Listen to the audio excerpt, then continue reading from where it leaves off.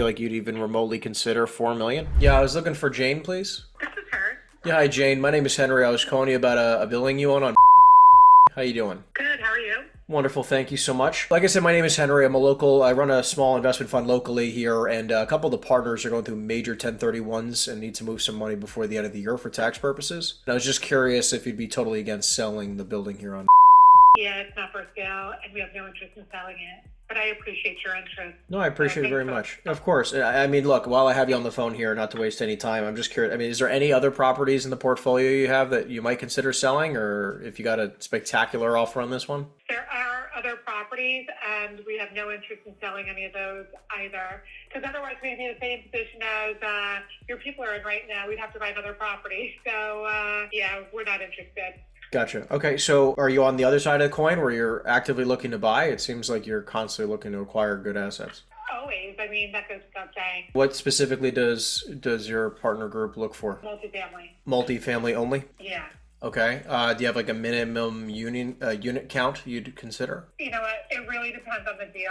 Depends on the deal, the condition of the property, it has to be priced right. So I mean, look, I'm not trying to waste a lot of time, obviously, and I'm not trying to just fish for something, but like I know that some of the partners have some multifamily assets that they would probably consider selling for a fair market price. You know, we do everything off market. We don't list with brokers. So I don't know if you have anything like any type of appetite for, you know, any type of town or specific amount of units or a price range, and I can try to put together something and see if there's anything that you might consider. I'll be honest with you, I'm going to wait and see what happens with interest rates right now.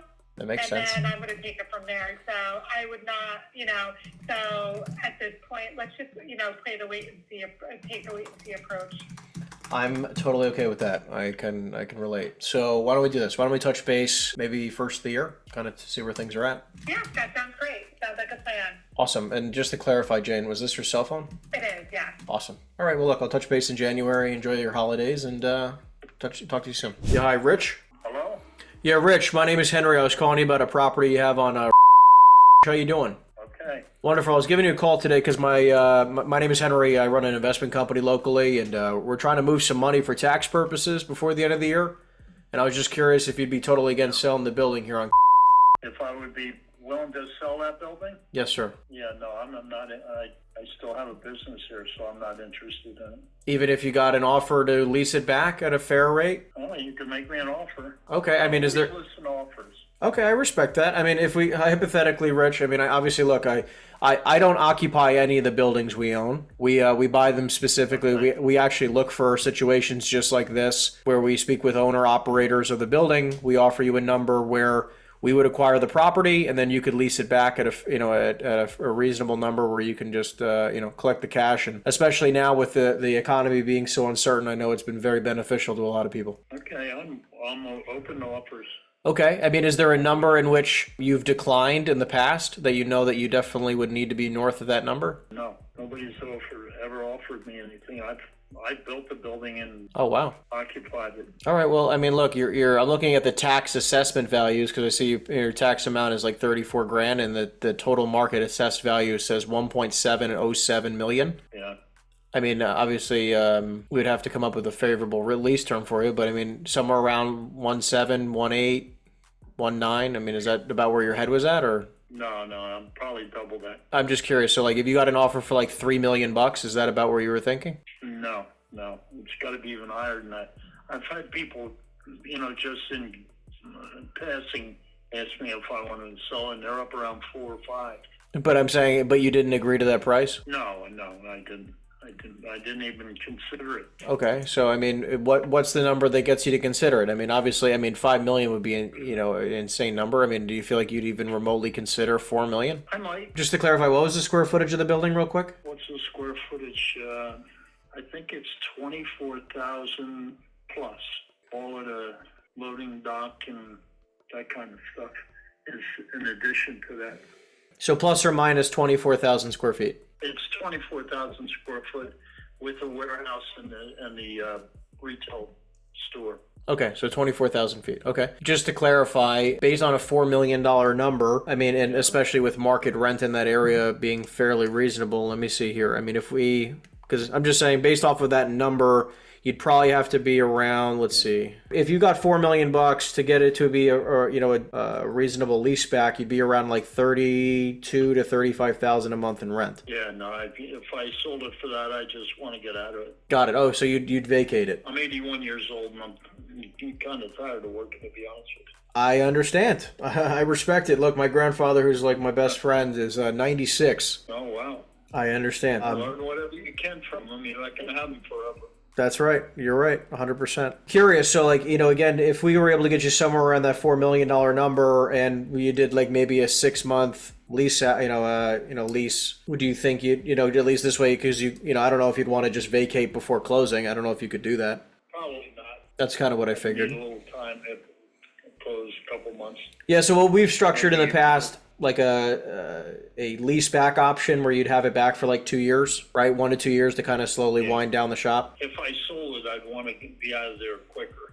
How fast would you want to be out? A month or two. Oh, like 2 months? Huh? So I'm just curious. So if we were able to get you an offer where, again, you're around the 4 million number and you'd have it for another maybe 90 days or so, do you feel like that would be something you could agree to?